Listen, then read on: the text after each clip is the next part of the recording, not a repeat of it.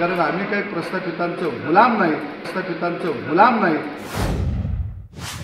हातकणंगले लोकसभा मतदारसंघाची तयारी 2019ला रयत क्रांती संघटनेच्या माध्यमातून आम्ही केलेली होती।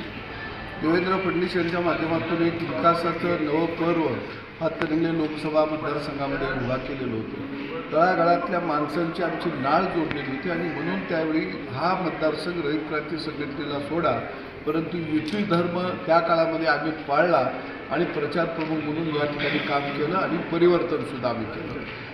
यावेळी हा मतदारसंघ निश्चितपणानं रयत क्रांती संघटनेला दिला गेला पाहिजे ही भूमिका इथल्या तमाम शेतकरी, शेतमजूर, बाराबुलतेदार, आलुतेदार यांची आहे। कारण या मतदारसंघामध्ये आम्ही जनतेला बरोबर घेऊन अनेक विकासाची कामं खऱ्या अर्थाने केलेली आहेत आणि हा मतदारसंघ चळवळीचा मतदारसंघ आहे। हा मतदारसंघ प्रस्थापितांच्या विरोधातला मतदारसंघ आहे, पण दुर्दैवानं विस्थापिताची आम्ही लढाई लढत असताना प्रत्येक वेळी प्रस्थापितच आमच्या मुनगुटीवरती येऊन बसतो आणि म्हणून प्रस्थापिताला यावेळी मुनगुटीवरनं झुलान द्यायचं ही भूमिका संपूर्ण कार्यकर्त्यांची आहे। मी कार्यकर्त्यांच्या भावना जाणू शकतो आणि ह्या भावना घेऊन उद्याच्याला मी मुख्यमंत्री असतील आदरणीय उपमुख्यमंत्री देवेंद्रजी यांची भेट घेणार आहे आणि हा मतदारसंघ आता आम्हाला मिळाला पाहिजे।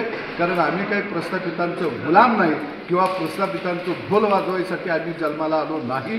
कारण माड्यामध्ये सुद्धा माडा मतदारसंघातील जनतेनं 5 लाख मतं त्यावेळी आम्हाला दिली होती, ती प्रस्थापिताच्या विरोधामध्ये दिलेली होती आणि हा मतदारसंघ तर खऱ्या अर्थानं प्रस्थापितांना गाडणारा मतदारसंघ आहे आणि म्हणून मी विनंती अजूनही महायुतीला करतो की कुठंतरी आमच्या कामाचं मोजमाप करा आणि हा मतदारसंघ रयत क्रांती संघटनेला द्या ही माझी अपेक्षा आहे।